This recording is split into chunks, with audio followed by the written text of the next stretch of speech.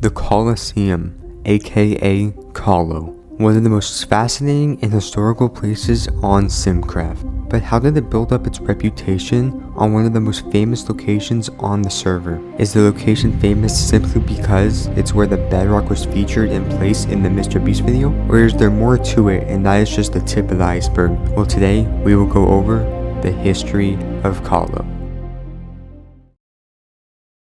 First, we'll go over what even is Khalo. If you don't know already, back in 2020 when Mr. Beast was recording the raiding servers with 10,000 people video, you could see him placing the illegal bedrock at spawn, which is still there till this day. But back then, the POI didn't have a name, so most people just referred to it as bedrock spawn.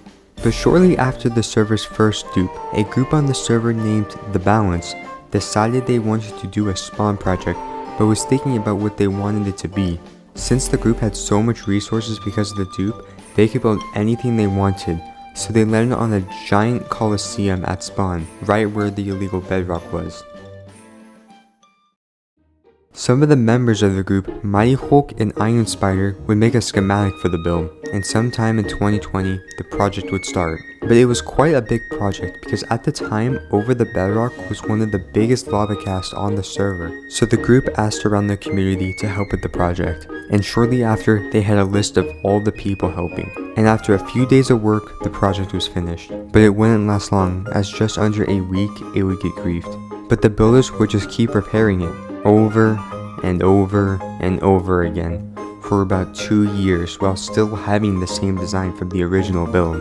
The reason why they kept rebuilding it despite them knowing it would get griefed again was because they wanted Khalo to be seen as a testament of no matter how much times it might get griefed, they wanted to show the griefers the strength of the community and what's possible when working together. But again and again, time after time, it would keep getting rebuilt and griefed.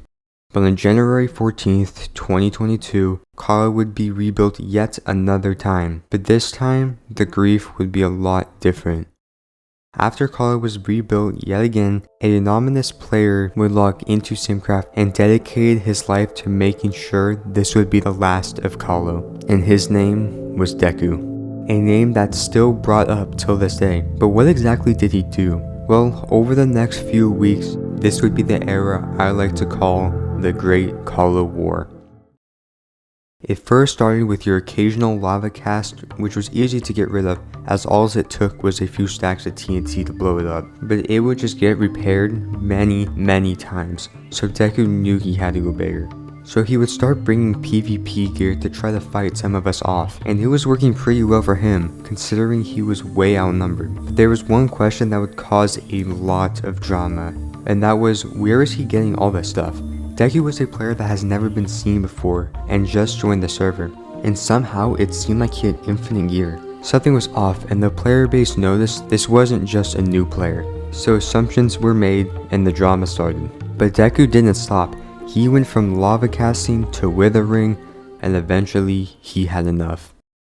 The SPA, or Spawn Protection Association, was given a warning that the next day Deku was going to log on with his friends Thax and Bones79 and completely destroy Khalo. Now most players thought they were just going to spawn withers and lava cast, etc. But they went all out. They mined all the obsidian by hand in less than an hour.